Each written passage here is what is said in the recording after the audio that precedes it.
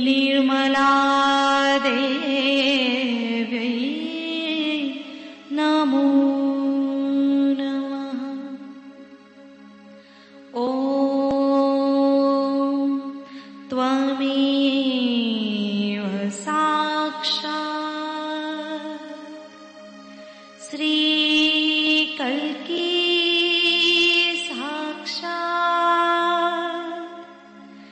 श्री सहस्रार स्वामिनी मोक्ष प्रदायिनी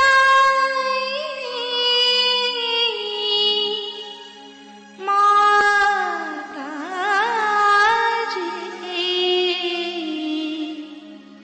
श्री निर्मला देव्यै नमो नमः।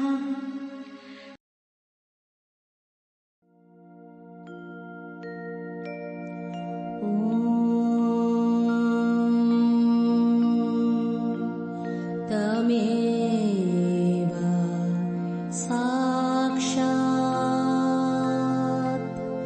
श्री गणेश साक्षात् श्री आदिशक्ति माताजी श्री निर्मला देवै नमो नमः।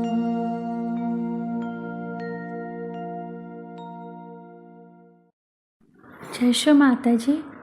दोनों हाथ माँ के सामने हृदय में श्री माता जी की छवि को नमन करेंगे। संपूर्ण चित्त बीचों बीच हृदय में माँ की छवि को अपने हृदय में स्थिर करते हुए परम पूजनीय श्री माता जी कृपा करके हम सभी के हृदय को अपने प्रेम के योग्य बनाइए। श्री माता जी, हम सभी आपसे बहुत प्रेम करते हैं, हम सभी के हृदय में आइए। हृदय में माँ को देखते हुए, श्री माता जी को देखते हुए, श्री माता जी हमारे इस हृदय को और भी पवित्र बनाइए श्री माता जी, ताकि आप यहाँ आ सकें।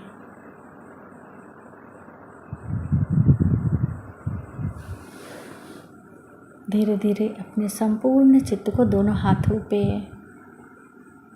एक एक अंगुलियों पे, श्री माता जी हम सबको क्षमा कर दीजिए, हम सभी अज्ञानी हैं।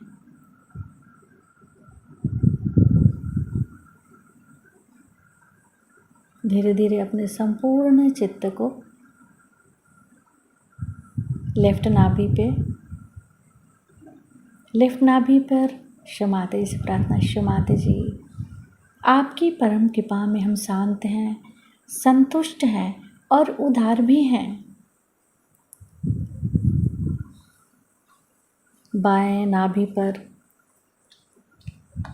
पूरा चित्त स्थिर करते हुए श्री माता जी हमारे बाएं नाभि में श्री गृहलक्ष्मी तत्व जागृत कीजिए। मंत्र ओम त्वमेव साक्षात् श्री गृहलक्ष्मी साक्षात् श्री आदि शक्ति माता जी श्री निर्मला देव्यै नमो नमः। श्री माता जी, आपकी परम कृपा में हम शांत हैं, संतुष्ट हैं और उदार भी हैं। कृपा करके हमारे बाएं नाभि में अपना संपूर्ण चित्त आशीर्वादित कीजिए।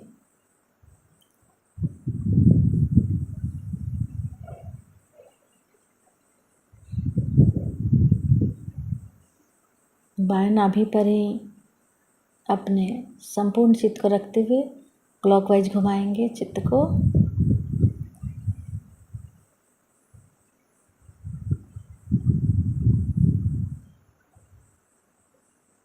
शो माता जी, आप ही दूसरी गृह लक्ष्मी भी हैं। कृपा करके हमारे बाएं नाभि में जागृत हो जाइए। धीरे धीरे अपने संपूर्ण चित्त राइट हार्ट पे, फिर लेफ्ट विशुद्धि,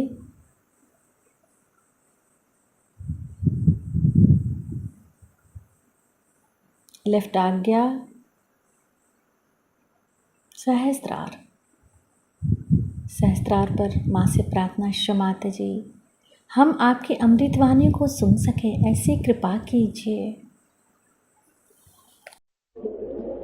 सत्य को खोजने वाले आप सभी साधकों को हमारा प्रणाम।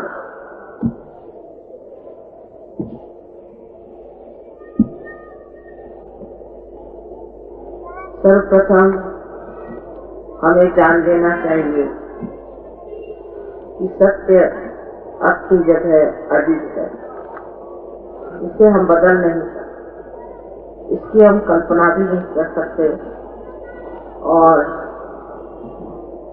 इस मानव चेतना में उसे जान लिया। आज जो भी प्रश्न हमारे सामने है वो सारे प्रश्न केंद्रित है मानव पर। मनुष्य ने ही अपने प्रश्न खड़े किए और अपनी खिलाफत में वो खड़ा हुआ। अंधकार में, अज्ञान में मनुष्य देख नहीं पाता और इसी कारण हर तरह का विध्वंस, हर तरह की अनिति को अपनाता है। उसे कुछ लेक्चर देने से, उपदेश देने से, भाषण देने से कुछ फर्क नहीं पड़ता। ऐसे तो बहुत लोग भाषण देते हैं, धर्म के ऊपर तो जो देखो वही बोलने लग जाते हैं। 2-4 किताबें पढ़ ली धर्म से तो उस पर बड़े बड़े व्याख्यान लोग देते हैं, लेकिन इसका असर मनुष्य पे पड़ा। वास्तविकता ये है कि हम अभी तक उस स्थिति में नहीं जहां हम धर्म के तत्व को अपने अंदर समाएं और सत्य को जान। वो तत्व हमारे अंदर जागरूक होना चाहिए और वो तत्व ही आत्मा के रूप में हमारे हृदय में वास करता है और देखता है कि हम क्या करते। हमारी पूरी गतिविधियों की तरफ उसका ध्यान है और सोचता कि किस तरह से इस मानव के अकल आए, लेकिन वो हमारे चित्त में नहीं, इसीलिए वो हमारे जीवन में नहीं। उसे चित्त में लाने का एक ही मार्ग बनाया हुआ परमात्मा ने कि आपका संबंध उससे घटित हो जाए और वही घटना जो है वो सहज योग से ही प्राप्त हो सकती। सहज का मतलब आप जानते हैं कि स माने आपके साथ और ज माने जन्मा हुआ। ये योग का अधिकार आप सबको। सत्य जो मैं आपसे कहने वाली हूँ उसको जरूरी है कि आप अंधश्रद्धा में माने, पर इसका पड़ताला नहीं, इसका प्रमाण मिलने पर तो आपको ईमानदारी से उसमें विश्वास करना चाहिए, क्योंकि इसी में आपकी भी भलाई है, इस देश की भलाई है और सारे संसार की भलाई है। इसके बगैर ये संसार न जाने किस नर्क में जाके पड़ने वाला है। सत्य ये है कि आप शरीर, बुद्धि, मन, अहंकार आदि उपाधि में, यहाँ तक कि आप जिस धर्म को मानते हैं वो भी आप में समाया हुआ नहीं। आप एक शुद्ध आत्मा है। उस स्थिति में न पहुंचने के कारण ही आप अंधकार में और अज्ञान में। और दूसरा सत्य ये भी है कि चारों तरफ हमारे परमात्मा की प्रेम की सृष्टि है, ब्रह्म चैतन्य चारों तरफ। देखिए, आपके आकाश में देखिए कितना प्रकाश हो रहा है। ये सारा प्रकाश उस ब्रह्म चैतन्य का जो सारा कार्य, जितना भी जीवित कार्य है, उसे हर समय, हर घड़ी, हर पल कर रहा है। उसे हम समझ नहीं पाते। ये फूल लगे हुए आप देख रहे हैं, यहाँ की हरियाली की जो हरियाली है उसे आप देखते हैं, खेती में जो कार्य हो रहा है उसे आप देखते हैं, पर कभी सोचते भी नहीं कि कितना बड़ा चमत्कार है कि हम बीज इस पृथ्वी माता में छोड़ देते हैं और उसको अंकुरित करके ये पृथ्वी माँ हमें इतने फल देती। इससे हम विचार भी नहीं करते कि ये शक्ति कौन सी। कहते हैं कि हम अमीबा से इंसान बने, तो कौन सी शक्ति ने हमें अमीबा से इंसान बनाया? ये सारे कार्य कौन करता है? हर पेड़ की अपनी एक सीमित बाढ़ होती है। जैसे कि समझ लीजिए एक आम का पेड़, वो एक हद तक ही बढ़ेगा, या एक गुलाब का पौधा होगा, वो भी एक हद तक बढ़ेगा। मनुष्य भी एक हद तक ही बढ़ता है। ये कौन सीमित करता है? ये कौन चलाता है? हमारे हृदय का स्पंदन, इसे हम अनाहत है। अनाहत का मतलब है कि जब दो चीजें एक दूसरे से टकराती हैं तब आवाज होना, वो तो हद हुआ। लेकिन बगैर ऐसे जो आवाज हमारे हृदय में आती है, ये कहाँ से आती है? डॉक्टरों को भी इसका कोई उत्तर नहीं, और वो ईमानदारी के साथ कह देते हैं कि साहब हम इसके मामले में कुछ जानते नहीं, और हम पैरासिम्पैथेटिक नर्वस सिस्टम जो है उसके बारे में भी कुछ नहीं जानते। जो कोई सी भी जब हम अपने अंदर गति करते हैं, दौड़ते हैं, या किसी भी तरह का अति कार्य करने पर जब हमें श्वास लग जाता है, या जब हमारी हृदय की गति बढ़ जाती, तो अपने आप वो पैरासिम्पैथेटिक पता नहीं कैसे उसको फिर से नॉर्मल ले आए। उसका उत्तर उनके पास है, और शास्त्रों में भी इसका एक ही उत्तर लिखा हुआ कि आप पहले आत्म साक्षात्कार को प्राप्त। सब धर्मों में भी यही लिखा, लेकिन उस बात को कोई भी धर्म मानते नहीं, क्योंकि उनको मालूम ही नहीं कि ये कार्य कर सकते हैं। इस वजह से धीरे धीरे जो धर्म बड़े ऊंचे स्तर पे बनाए गए थे, बहुत ही महान इस तरह के व्यक्तित्व बनाने की जिसमें पूर्ण शक्ति थी, वो धर्म अशक्त थे, और उन धर्मों का बस पाखंड रह गया, क्योंकि ये धर्म सत्ता के पीछे में या पैसे के पीछे में दौड़। सबसे बड़ी तो सत्ता जब हमारी अपने ही ऊपर नहीं, तो और दूसरी सत्ता लेकर के करना, और पैसे की इस तरह की गुलामी करना किसी भी सशक्त मनुष्य की व्याख्या नहीं कर सकता। इसलिए हमें सोचना भी चाहिए कि आखिर कोई हिंदू, मुसलमान, क्रिश्चियन, कोई भी धर्म का हो, सिख धर्म का हो, चाहे बुद्ध धर्म का हो, वो कोई सा भी पाप कर सकता है। उस पर धर्म का कोई बंधन नहीं पड़ता, उसके अंदर धर्म जागरूक नहीं। तो फिर क्या वजह है कि हम लोग इतने धर्म के पीछे पागल हो रहे हैं, धर्म की हम बातें करते हैं, लेकिन क्या वजह है कि हमारे अंदर ये धर्म करते? कौन सा ऐसा रास्ता हमारे अंदर टूट गया है जिसके कारण हम इसे पा नहीं? एक ही बात है कि जब तक अपने अंदर आत्मा जागरूक नहीं होगी, तब तक इसकी आत्मीयता हमारे अंदर है। इससे जिस धर्म का साथ आप अपने अंदर उतारना चाहते हैं, वो आपसे अछूता है। उसके लिए जरूरी है कि आप आत्म साक्षात्कार को प्राप्त करें। और इसका मार्ग बहुत सहज सरल है, कोई कठिन मार्ग नहीं। बहुत से लोग कहते हैं कि ये बहुत कठिन मार्ग है, ऐसी कोई बात। ये सहज समाधि का कहा गया, सहज से ही करने कहा गया कि सहज ही होना चाहिए। इसमें अगर इतनी कठिनाई हो तो फिर ये कार्य कोई कर ही नहीं सकता। लेकिन क्योंकि लोगों को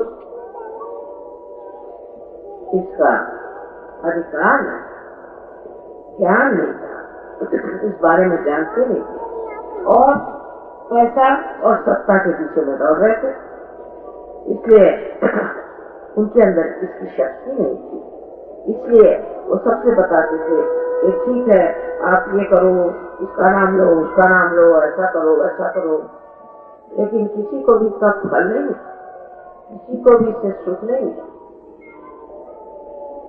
हर तरह की परेशानी आ रही।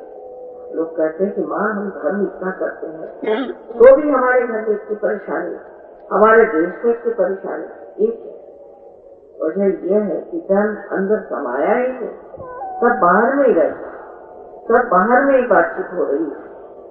इसलिए हमें समझ लेना चाहिए कि सबसे पहले हमें आत्म साक्षात्कार प्राप्त। इसमें मनुष्य को कितने लाभ हो सकते हैं उसका तो मैं वर्णन ही नहीं करता। मैं स्वयं ही आश्चर्यचकित कि इसके इतने लाभ इतने जल्दी लोगों को हो रहे हैं।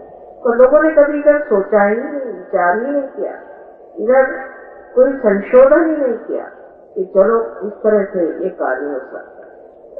इसके बारे में अपने शास्त्रों में अनादिकाल से लिखा गया। हाँ, ये बात जरूर थी कि कुंडलिनी का जागरण जो है उसका वर्णन हर जगह था, लेकिन इसे कोई कर नहीं पाता। लेकिन कहा जाता है कि राजा जनक ने एक नचिकेता को आत्म साक्षात्कार किया और फिर 12वीं शताब्दी तक एक गुरु एक ही शिष्य को जागृत किया। ऐसी ही परंपरा थी। 12वीं शताब्दी में श्री ज्ञानेश्वर जी ने अपनी भाषा में पहली मर्तबा इसके बारे में, इससे पहले सब संस्कृत भाषा में लिखा जाता था और संस्कृत भाषा में कोई समझ नहीं पाते थे क्या चीज। जो समझे थे वो एक ही शिष्य को आत्म साक्षात्कार देते। ज्ञानेश्वरी जी ने जब अपनी ज्ञानेश्वरी में इसके बारे में लिखा 6वें अध्याय में, कुंडलिनी इस तरह से होती है और वो जागरूक होकर के ही योग को घटित करती है। तब धर्म मार्तंड ने सोचा कि ये तो अपने बस का नहीं, तो अच्छा तुम ज्ञानेश्वरी तो पढ़ो, लेकिन ये जो 6वां अध्याय है इसे न पढ़ो। इस प्रकार वो भी चीज वही खत्म हो गई। यहाँ उत्तर हिंदुस्तान में तो किसी ने कुंडलिनी का नाम भी नहीं सुना था। शुरू में जब कुंडली की बात करती थी तो कुंडलिनी की बात करती थी तो सोचते मैं कुंडली की बात कर, इसमें से और उसमें बहुत ही अंतर है। लेकिन कुंडलिनी नाम की शक्ति हमारे अंदर स्थित है, ये सब जगह लिखा हुआ था और उसको जागरूक करने के बारे में भी लिखा, किंतु उसकी जागृति बहुत ही सीमित। आज ऐसा समय आ गया है कि हजारों में ये जागरूक हो और होनी चाहिए, क्योंकि अगर ये न हो, मनुष्य में ये विशेष उसकी जो शक्तियां वो प्रकटित न हो तो मनुष्य नष्ट हो। उसके अंदर इतनी शक्तियां निहित है, इतनी शक्तियां छिपी हुई है कि उसकी जागृति होना अत्यंत आवश्यक है। आज हम अमीबा से इंसान बने और इंसान से अब थोड़ा सा मार्ग और चलना, जिससे कि हम आत्म साक्षात्कार हो जाए। उसके प्रकाश, आत्मा के प्रकाश में हमें अंतर दिखाई देगा कि हम क्या थे और अब क्या। पहले तो आपको जिसे विचार समाधि कहते हैं वो प्राप्त, माने आप जो दिमाग में जो विचार हर समय मंडराते रहते हैं उसकी जगह एक शांति प्रस्थापित है। जैसे कि एक विचार उठता है और फिर गिर जाता है, दूसरा विचार उठता है और गिर जाता है, और हम लोग उस विचारों के ऊपर कूदते हैं। विचार या तो भविष्य से आता है और या तो भूतकाल से। पर अगर हम कहें कि वर्तमान में आप बैठिए तो आप बैठते हैं,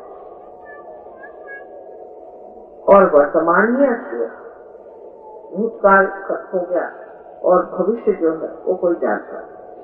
इसलिए आज एक क्षण है, हर क्षण, ये क्षण जो है यही असलियत, यही वास्तविकता है। इसमें हम ठहर नहीं पाते। इसलिए आत्म साक्षात्कार में जब कुंडली का जागरण होता है तो ये विचार लंबे हो जाते हैं कहना से, और उसके बीचों बीच की जो जगह होती है जिसे विलंब कहते हैं, वहाँ पर वर्तमान, वहाँ आपका चित्त ठहर जाता है। उससे आपके दिमाग में एकदम से खुलापन आता है, कोई विचार एकदम खुलापन आता है। जैसे कि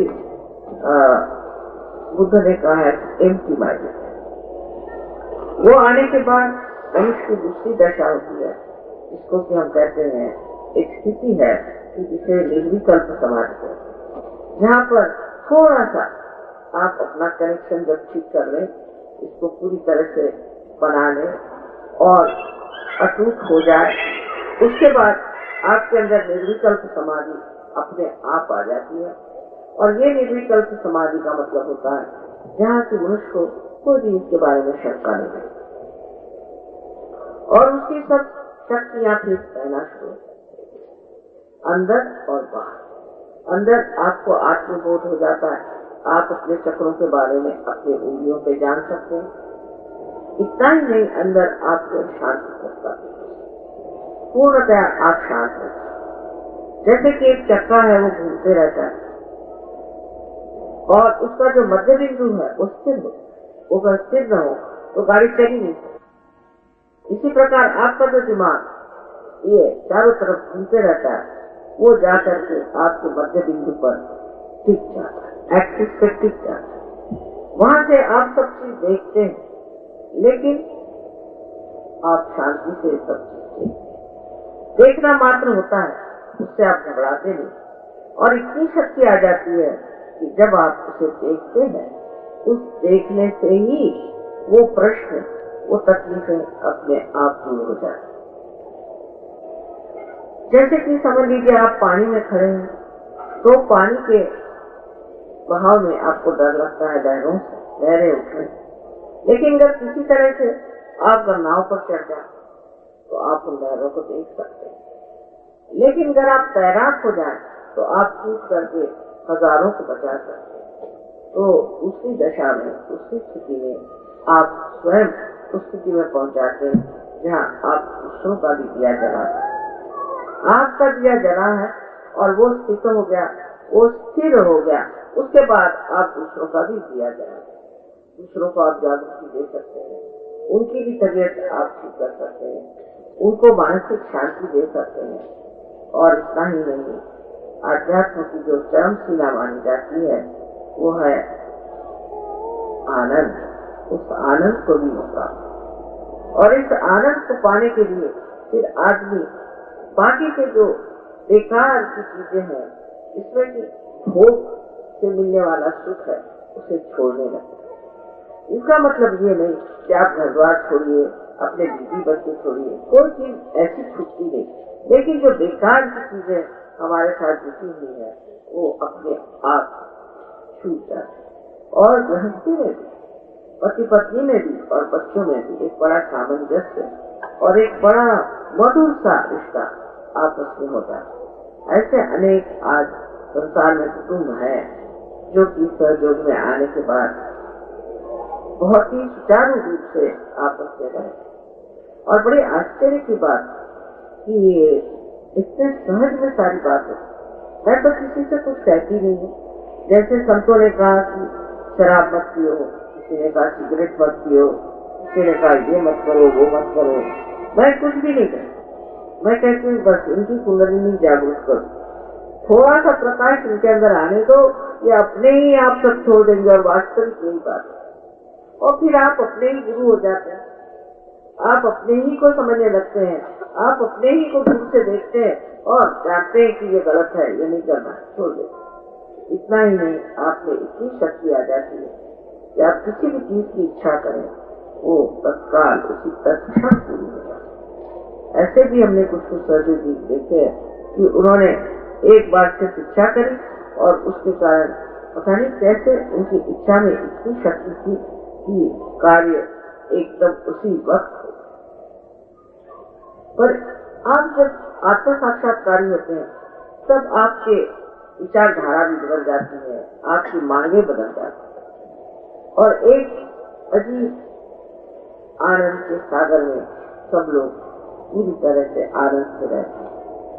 दूसरी उपलब्धि इसमें जो होती है वो ये कि आप सामूहिक चेतना में जागरूक होते।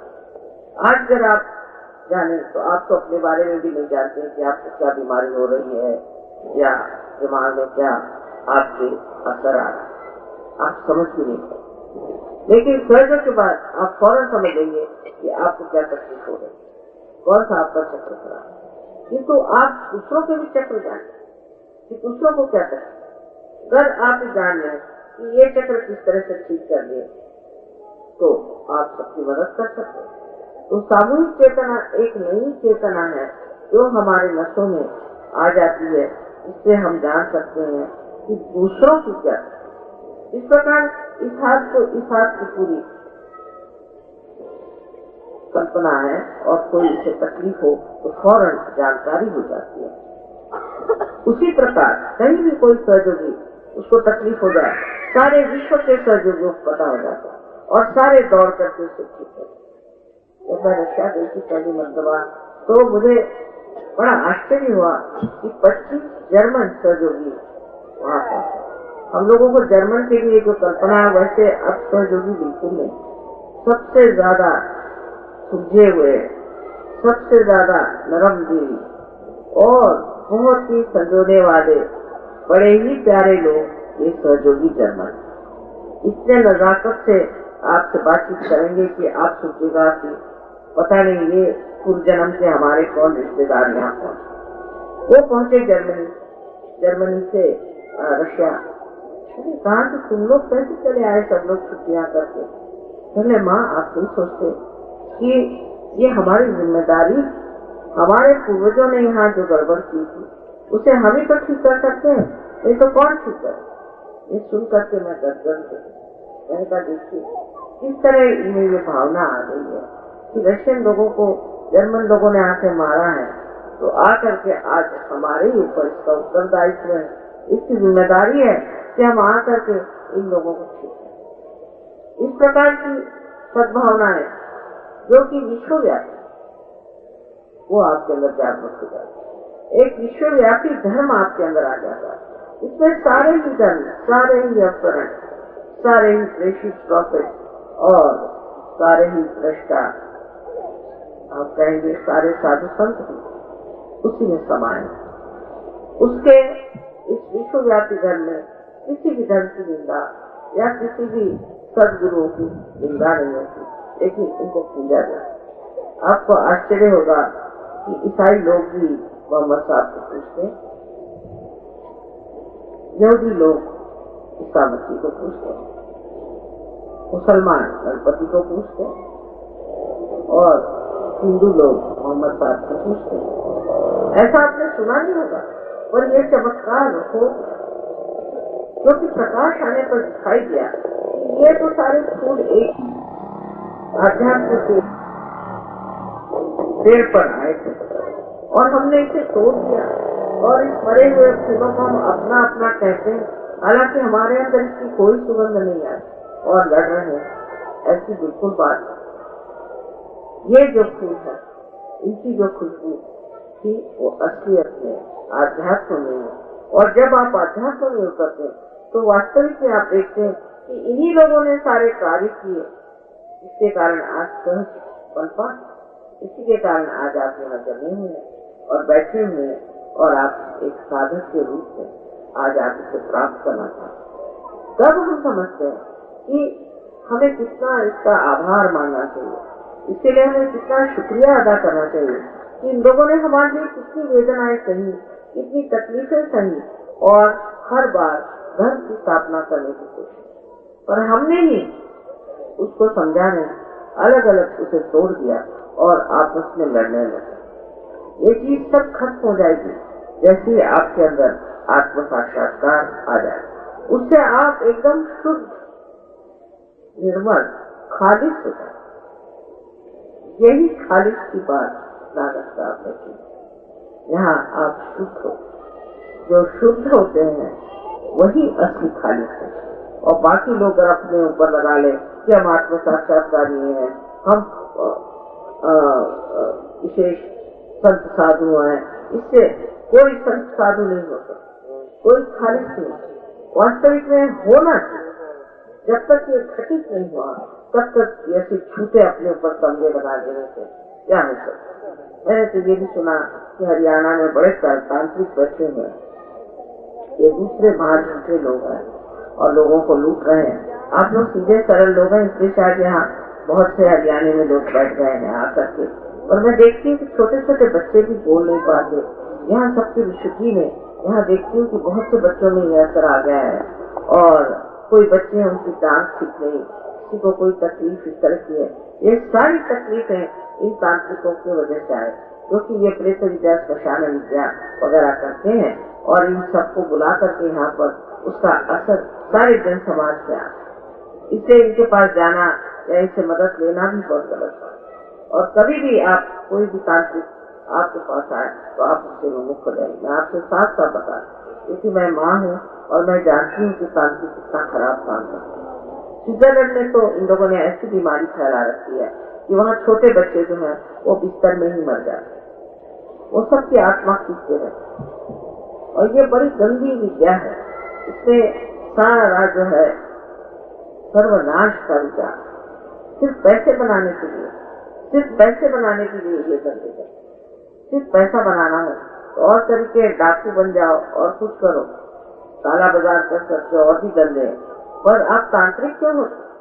इससे आप भी नर्क में जाओगे और जिसके साथ करोगे वो भी नर्क में जाए। सबसे जो दुख की बात है कि इनकी वजह से लोगों की कुंडलिनी भी नष्ट हो गई। छोटे छोटे लोग जो हर जगह फैले हुए हैं, उनकी तरफ आप एक बार देख लें और सोच लें कि इनसे बहुत दूर भागना। आप लोग बहुत सीधे सरल स्वभाव के लोग। हरियाणा में खेती के कारण लोगों में एक तरह की श्रद्धा है और इसलिए लोग, मैं देखती हूँ, बहुत सीधे सरल लोग, और ऐसे सीधे सरल लोगों को ठगाना बहुत आसान है। लेकिन आप ही लोग बहुत सशक्त सहयोगी हो सकते हैं। इसी तरह यूरोप में ऑस्ट्रिया नाम का एक देश है, वहाँ लोग भी खेतीहर हैं, अधिकतर खेती करते हैं। वहाँ सबसे सशस्त्र सहयोगी है बहुत ज्यादा। इनमें इस कदर शक्तियाँ, इतनी शक्तियाँ हैं कि मैं स्वयं आश्चर्य करती हूँ कि इन्होंने पता नहीं कहाँ से ये सब इकट्ठा कर, और बहुत ही सुलझे हुए पढ़े लिखे भी हैं और इस कदर सहयोग में लगे हुए हैं कि अब और उनके लिए कोई भी चीज महत्वपूर्ण है, सहज से ही सारा कार्य कर रहे हैं। हालांकि शादीशुदा है, बच्चे हैं, सब कुछ ठीक ठाक है, किंतु सारा चित्त उनका जो है वो सहज से है और चाहते हैं कि सारे संसार में सहज फैले। उसके लिए जो भी हो सकता है वो करते हैं।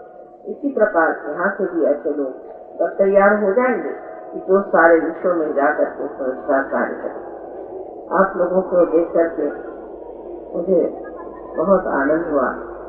इतने लोग सत्य को खोज रहे, लेकिन सत्य के खोज में एक दो बातें आपको जरूर याद है। अभी एक बात है, सत्य की खोज में आपको नम्रता हो। अगर आप मेरी गर्दन पकड़ के कहें कि तुम कुंडलिनी मेरी जागरूक करो, तो कुंडलिनी जन्म में भी करोगे। आपको नम्रता पूर्वक कहना पड़ेगा कि मुझे आपका साक्षात्कार है, नम्रता। लेकिन इनके अंदर जो दंडता है कि ये कैसे हो सकता है, अच्छा अगर हो सकता है तो लेने में क्या है? कोई आपको पैसा दे रहा नहीं, इसमें आप पैसा क्या देंगे? इतनी अनमोल चीज में आप क्या पैसा देंगे? जो आजीवन प्रक्रिया होती है उसमें क्या आप इस पृथ्वी को कुछ रुपया पैसा देते हैं क्या? उसको समझ में आता है। इसमें पैसा ऐसा नहीं चल सकता, इसमें सिर्फ एक शुद्ध इच्छा होनी चाहिए कि हमें आत्म साक्षात्कार प्राप्त होने के लिए और कुछ करने की जरूरत है, सिर्फ आपके अंदर शुद्ध इच्छा। और फिर जिस भूमि पर आप बैठे हैं आप तो जानते हैं कि ये एक धर्म भूमि है, योग भूमि, ये बड़ी महान है। और इस भूमि पर न जाने कितने संत साधुओं ने कार्य किए, कितने अवतरण यहाँ चलकर आए हैं। इसलिए इस भूमि पर जिस पर आप बैठे हैं, इस योग भूमि पर बहुत ही आसान है कि आपको ये लाभ हो जाए और आप इसे प्राप्त करें। मैंने आपसे पहले कहा कि बुद्धि से ये चीज पर, इसलिए बुद्धि के चक्कर में इस वक्त नहीं आता। इसलिए मैंने कहा था मुझे आप प्रश्न पूछो, बुद्धि से परे। इसीलिए कहा जाता है कि समर्पित होना। जब तक आप अपने अहंकार को समर्पण नहीं करेंगे तब तक कुंडली कैसे चल सकते? इसका मतलब नहीं कि मुझे कुछ आप पैसा समर्पण करिए, मुझे कुछ नहीं, पर उस परम चैतन्य के सामने अपने को समर्पित रखना है। हमने आज तक क्या पाया, हमें क्या मिला है? सिवाय बात करने का हमें एक तरीका है, लेकिन और हमने दुनिया में पाया ही। अभी तो पाने की बात है। तब हमें चाहिए कि नम्रता को, इसे हम प्राप्त करें। तो नम्रता नहीं होगी तो बहुत कठिन, बहुत कठिन। नम्रता पूर्वक इसे आप स्वीकार करें और इसे जिन्हें इसका अनुभव नहीं चाहिए, जो इससे दूर रहना चाहते हैं, वो कृपया घर चले जाए तो अच्छा। क्योंकि यहाँ बैठ करके और सब लोगों के और देखने के लिए अगर उनका मन हो, ये गलत बात और ये सभ्यता है। इसलिए आप जिसको नहीं चाहिए वो घर चले जाए, क्योंकि ये इससे जबरदस्ती नहीं हो सकती। ये आपकी स्वतंत्रता है, इसकी मान्यता भी है और इसका आदर भी। आपकी स्वतंत्रता को हम किसी तरह से भी नहीं ठुकरा सकते। आप स्वतंत्र, अगर आप चाहें तो आत्म साक्षात्कार दें और नहीं चाहें तो न दें। उससे जबरदस्ती किसी प्रकार नहीं। आप ही बताइए, क्या आप किसी भी जीवन प्रक्रिया को जबरदस्ती से कर सकते हैं?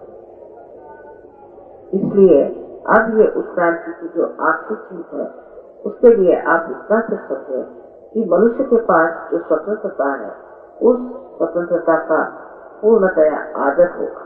और इसके जिन्हें ये चीज नहीं चाहिए वो लोग कृपया छोड़ के चले जाए तो अच्छा।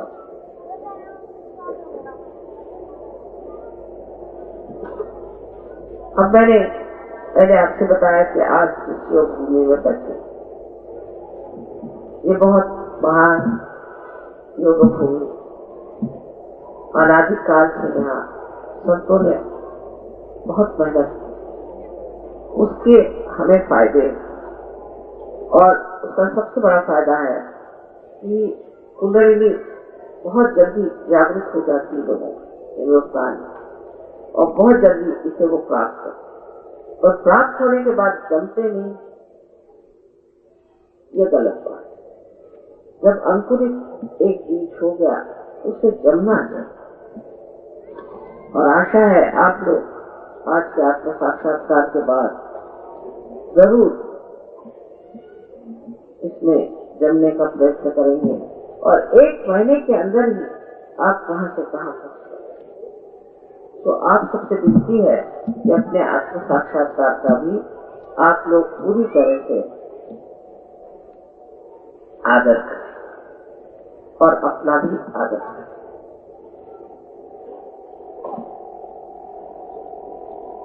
इसमें 3 शर्तें जरूर हैं। एक तो शर्त ये है कि हमें अपने अंदर पूर्ण आत्मविश्वास होना चाहिए कि हम आत्म साक्षात्कार को प्राप्त कर सकते और करेंगे आज ही। ये अंदर आप पूर्ण आत्मविश्वास रखें। ये नहीं सोचना है कि हम पापी हैं, हमने ये पाप किए और इस तरह के गलत काम। इसको कृपया आप पूरी करके सोचें कि मैं दोषी हूं। हर चीज में अपने को दोषी देखना भी बड़ी गलत बात है, क्योंकि उससे ये चक्र यहाँ पर व्यक्त से पकड़ जाए और ये पकड़ जाने से स्पॉन्डिलाइटिस की बीमारी हो सकती है, अंजाइना की बीमारी हो सकती है और वैसे भी आपके शरीर के जितने भी ऑर्गन्स हैं वो सारे ही कमजोर हो सकते। इसलिए मैं दोषी हूँ, मैंने ये पाप किया, ऐसे वैसे इस तरह की बातें भी कुछ सोचती। तो पहले तो ये कि आप आत्म साक्षात्कार मुझे होगा ही, ये पूर्ण आत्मविश्वास अपने अंदर रखें। और दूसरी बात ये कि मैं दोषी हूँ आदि बातें न सोचें। अपना जो बीत गया तो बीत गया। आज आप वर्तमान में मेरे सामने बैठे और इस वर्तमान में ही ये चीज घटित होने वाली है। इसलिए आप कृपया अपने भूतकाल को याद न करें, लेकिन आज वर्तमान में आप पहुंच गए। आप भी कोई पूर्व जन्म के बड़े साधक होंगे तो यहाँ पहुंचे हुए, इसलिए इसे आप प्राप्त करें। और तीसरी बड़ी सीधी सरल बात है कि आप सबको एक साथ क्षमा करें। एक साथ क्षमा करते हैं माने ये कि किसी के बारे में सोचने की जरूरत है। हालांकि आप किसी को क्षमा करें या न करें, आप कुछ भी नहीं करें। विचार करें हम क्या करते हैं। हमने किसी को क्षमा नहीं किया तो हम करते क्या? कुछ भी नहीं करते। उल्टे हम जब हम किसी को क्षमा नहीं करते हैं तब हम गलत हाथों खेलते हैं और गलत हाथों खेलने में हम अपने ही को सताते हैं, अपने ही को छकते हैं। तो जिंदगी भर तो हमने अपने को सताया, जिन्होंने हमें सताया है वो तो अपनी सुख की बंसी बजा रहे और हम क्यों अपने को दुख में रखे। और दूसरी बात ये भी है कि ये जो आज्ञा चक्र है तो इस तरह से पूरी तरह से आप देखिए, इस तरह से बना और इसको अगर खोलना है तो क्षमा करना अत्यावश्यक है। अगर आप क्षमा न करें तो कुंडलिनी ऊपर नहीं जाएगी। तो जिंदगी भर आपने अपने को सताया और फिर इस वक्त आत्म साक्षात्कार के समय भी अगर आपने सबको क्षमा नहीं कर डाला तो ये आज्ञा चक्र नहीं खुले और किसी के बारे में सोचना ही नहीं। एकदम एक साथ कह दीजिए माँ मैंने सबको बिल्कुल हृदय से क्षमा, एकदम आपको हल्कापन लगे। इसकी बात 3 बातें मैंने आपसे कही है। आशा है आप लोग ये सब अपने हृदय में समझ करके इसे करें।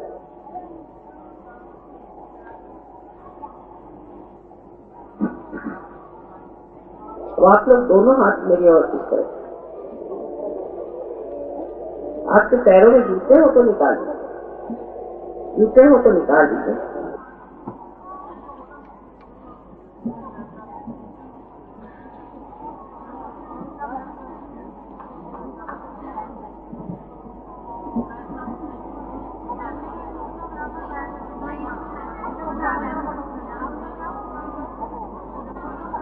इस तरह से आप ठीक। अब अपनी गर्दन झुका और अपना लेफ्ट हैंड जो है पहले सुन लें, लेफ्ट हैंड जो है राइट हैंड मेरी ओर करके लेफ्ट हैंड से आप यहाँ देखो जहाँ तालू पर देखिए ना एक छोटा सा स्थान है जो बचपन में बहुत ठीक बचा था, वहाँ पर अपना हाथ लेफ्ट हैंड रखें, लेकिन ऊपर नहीं, दूर रखें, दूर सर के ऊपर नहीं, दूर रखें। और देखिए कि आपके तालू से ठंडी ठंडी लहर या गर्म हवा ऐसी कुछ आ रही, ये कुंडलिनी के ऊपर आने की लक्षण है। गर्दन झुका के देखिए तो इसे किसी को दूर आती है, किसी को नजदीक आती है, इसलिए देखिए।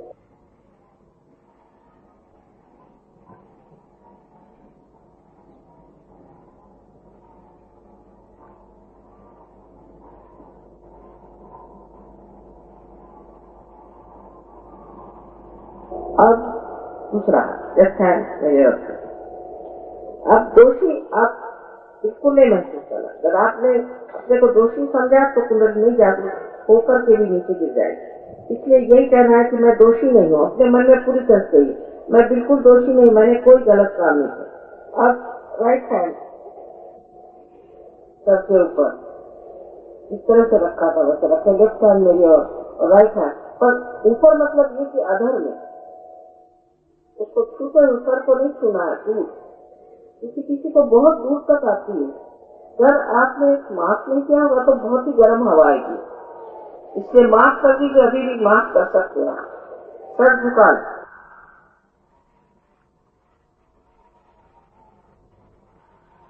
अब अपने राइट हैंड को मेरे सामने करके लेफ्ट हैंड से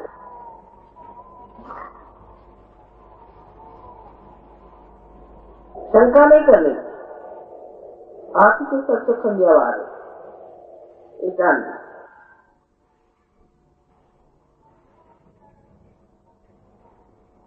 अब अपने दोनों हाथ आकाश की ओर और सर को पीछे मोड़ कर और अपने मन में एक प्रश्न करें, कोई सा भी एक प्रश्न जो मैं आपको बता रही हूँ, प्रश्नों में से एक आप 3 बार मन में पूछें। आप मुझे माँ कह सकते हैं या श्री माता जी कह सकते हैं। माँ, क्या ये परम चैतन्य है, या क्या माँ ये परमात्मा की प्रेम शक्ति? इसमें से कोई सा भी एक प्रश्न 3 बार आप पूछें।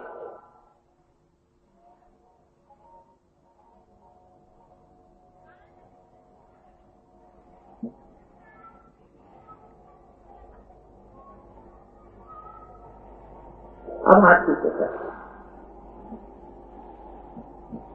अब दोनों हाथ मेरे ओर करके और विचार मत कर।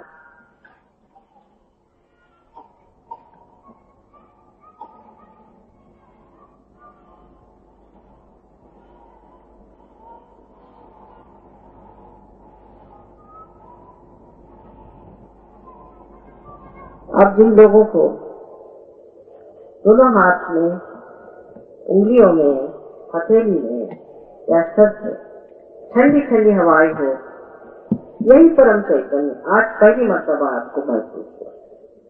वो ठंडी हो चाहे गर्म हो, दोनों हाथ आप ऊपर कर, सबको आनंद कर। सब साधु संत रहते हैं यहाँ हरियाणा में। Raga Durga, please put your attention on heart. I think I don't have to say something about Raga Durga. The name is enough itself. Durga. Raga for the mother, which comes from your heart. Raga Durga.